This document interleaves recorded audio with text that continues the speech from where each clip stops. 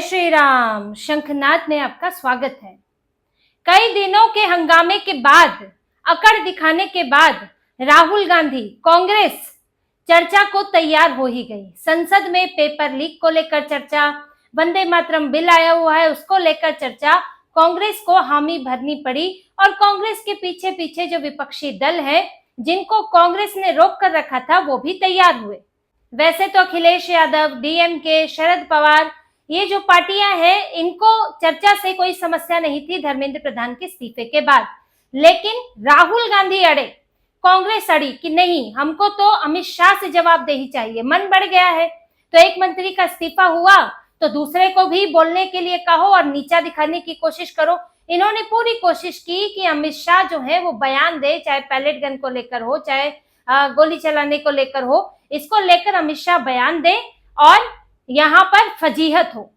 लेकिन बीजेपी ने भी एक ऐसी चाल चली, एक ऐसी चीज इनको दिखाई जिससे कि राहुल गांधी को पीछे हटना पड़ा और राहुल गांधी फिर मजबूर हुए इस बात के लिए कि चर्चा के लिए हम तैयार हैं। ये लोग आसानी से मानने वाले नहीं थे और ये इसीलिए नहीं माने कि इन्होंने कोई सरकार के साथ सहमति जता ली, ये लोग सदन चलाना चाहते हैं, ऐसा नहीं। ये सीधी उंगली वाले नहीं थे, उंगली टेढ़ी की गई है घी निकालने के लिए और कांग्रेस वहां पर झुकी है। राहुल गांधी को मानना पड़ा है और ये हुआ निशिकांत दुबे के एक बयान से। निशिकांत दुबे ने कल एक बयान दिया और राहुल गांधी के एलओपी पद को लेकर सीधे निशाना साधा। कांग्रेस तो अकड़ में थी, कल इन्हें बहुत मनाने की कोशिश की गई। शाम को 5 बजे तक, वैसे तो अमूमन सदन 2-2:30 बजे तक स्थगित होके फिर वो स्थगित ही कर दिया जाता है क्योंकि इनकी हरकतें ऐसी रहती हैं कि ये चलने नहीं देंगे, लेकिन स्पीकर को फिर भी एक उम्मीद थी, बीजेपी को उम्मीद थी कि शायद शाम को चलने दें, शाम को चर्चा के लिए तैयार हो जाएं। और अमित शाह ने भी बात की, किरण रिजिजू इनके साथ बैठक की, पीयूष गोयल के प्रहलाद जोशी के साथ बैठक की, लेकिन कांग्रेस मानने को तैयार नहीं हुई। फिर निशिकांत दुबे का बयान आया और उनसे पूछा गया कि विपक्ष हंगामा कर रहा है और सदन नहीं चल रहा है तो आप क्या कहेंगे, सवाल ये था। लेकिन उन्होंने कहा सवाल तो राहुल गांधी पर उठने चाहिए और राहुल गांधी जिस तरह से विदेशी दौरे करते हैं, विदेशी दौरों में जिन लोगों से वो मिलते हैं और भारत विरोधी जो उनकी गतिविधियां रहती हैं, उनको एलओपी के पद से हटना चाहिए और हम एक प्रस्ताव लाने पर विचार कर रहे हैं जिससे कि राहुल गांधी का उनको एलओपी के पद से, नेता प्रतिपक्ष के पद से हटाया जाए। निशिकांत दुबे सब्सटेंटिव मोशन लाकर उन्होंने पहले ही रख दिया था, पहले ही लाए थे जो स्पीकर के पास पेंडिंग है।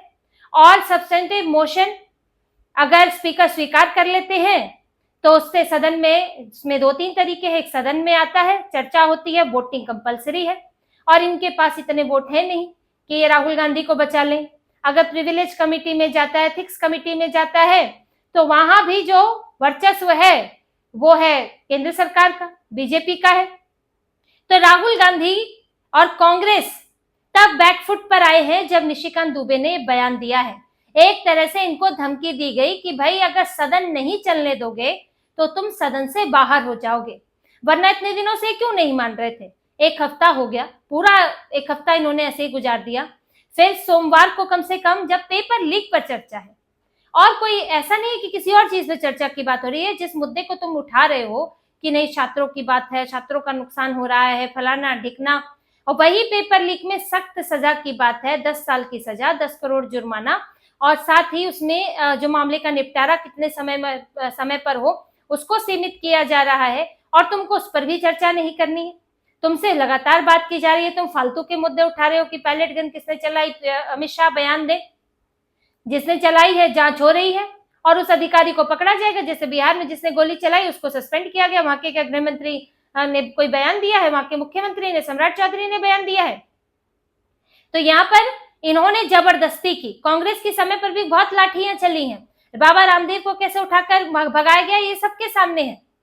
कांग्रेस ने तो इस पर कोई बयान नहीं दिया, इनके गृह मंत्री ने तो बयान नहीं दिया, इनके गृह मंत्री तो आतंकवाद की घटना पर भी बयान देने से बचते रहते थे। तो ये तो यहाँ पर हुड़दंग था जिससे निपटा गया है और इन्होंने झुकाने की कोशिश कर रहे थे कि अमित शाह को झुकाए, बयान दिलवाएं। लेकिन इनकी भी दुखती रग पकड़ी हुई है और राहुल गांधी के खिलाफ इसीलिए लाकर इसे रखा गया है कि जब ये परेशान करें तो इन्हें दिखा दो कि तुम्हारे खिलाफ ये बैठा हुआ है। और निशिकांत दुबे ने यही कहा कि मेरे पास सारे सबूत हैं। ये वहां पर जाकर किन लोगों से मिले जिनमें जॉर्ज सोरोस से जुड़े हुए लोग हैं, चीन के साथ इनके जो मामले हैं।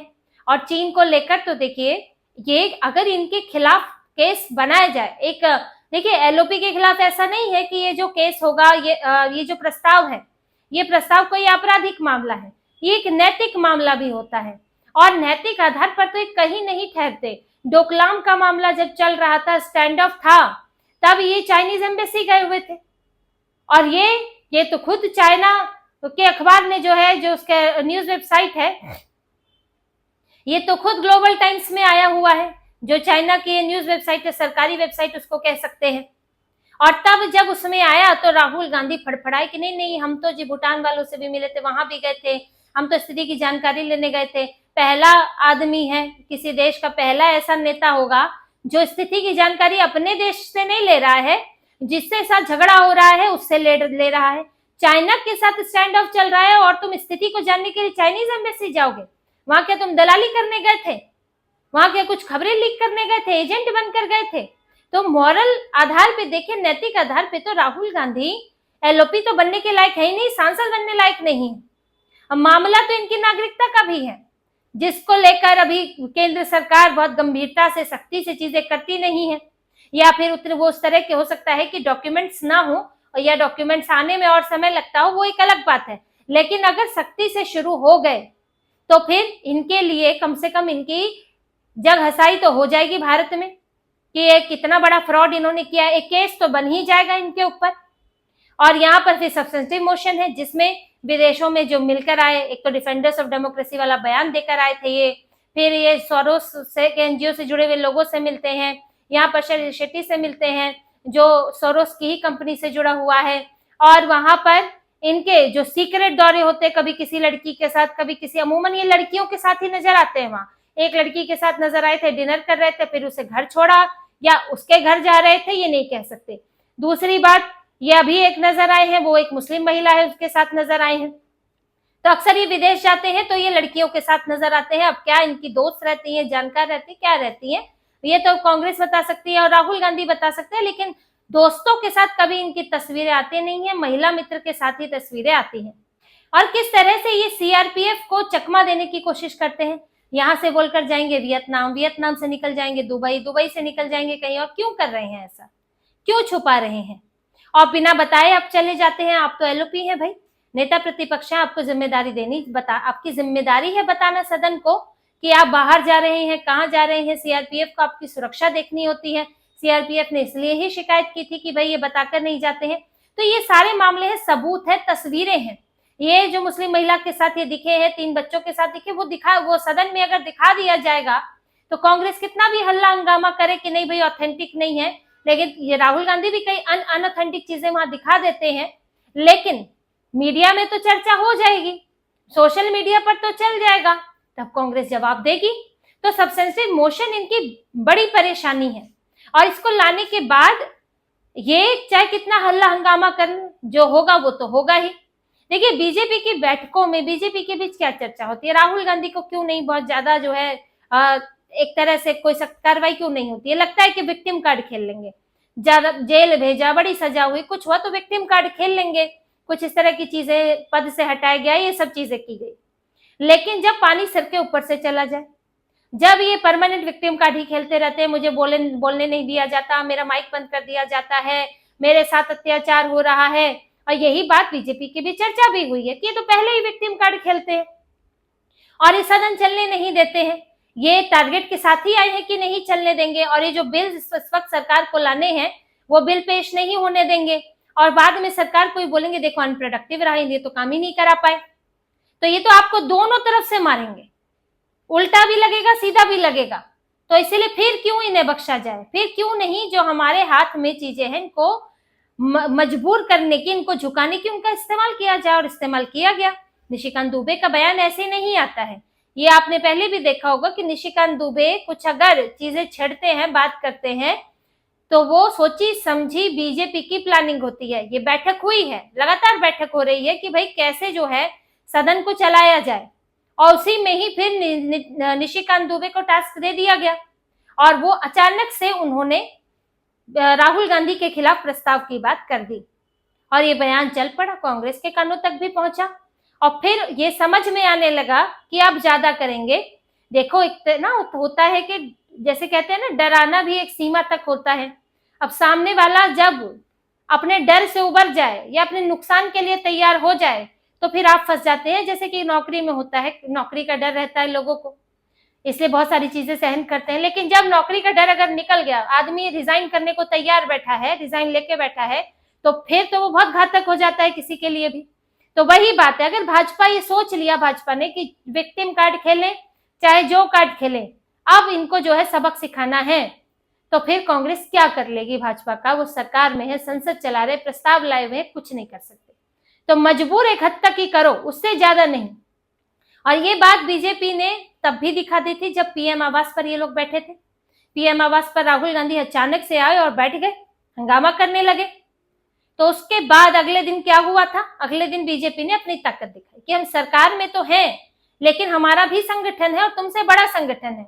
अगर तुम पीएम मोदी को, हमारे सबसे बड़े नेता को, देश के प्रधानमंत्री को घेरोगे, तो राहुल गांधी भी आसमान में नहीं रहते हैं, घर में ही रहते हैं किसी धरती पर, और कांग्रेस के भी धरती पर ही दफ्तर है। तो उन दफ्तरों को बीजेपी वालों ने घेर लिया कि तुम्हारे नेताओं का निकलना मुश्किल कर देंगे, राहुल गांधी का घर से निकलना मुश्किल कर देंगे। तो बीजेपी ने अपनी ताकत दिखाई कि तुम अगर 10% हंगामा करोगे तो हम 100% करेंगे। और उस दिन खूब लाठियां चली हैं बीजेपी कांग्रेस वालों के बीच में, और कांग्रेस ने फिर दोबारा ये हरकत नहीं की। तो कभी ताकत दिखानी पड़ती है, जरूरी होता है, और वही बीजेपी ने किया कि अब ये ऐसे नहीं मान रहे हैं तो फिर आर्म ट्विस्ट किया जाए, तो फिर उंगली टेढ़ी की जाए, और तभी इनको जो है ये लाइन पर आएंगे। और लाइन पर आए और अब ये चर्चा के लिए तैयार है। अपने जो इनके स्पीकर्स कौन कौन होंगे उनके भी नाम दे दिए गए हैं, राहुल गांधी, प्रियंका वाड्रा, शशि थरूर, ये लोग बोलेंगे। बीजेपी की तरफ से भी तय है।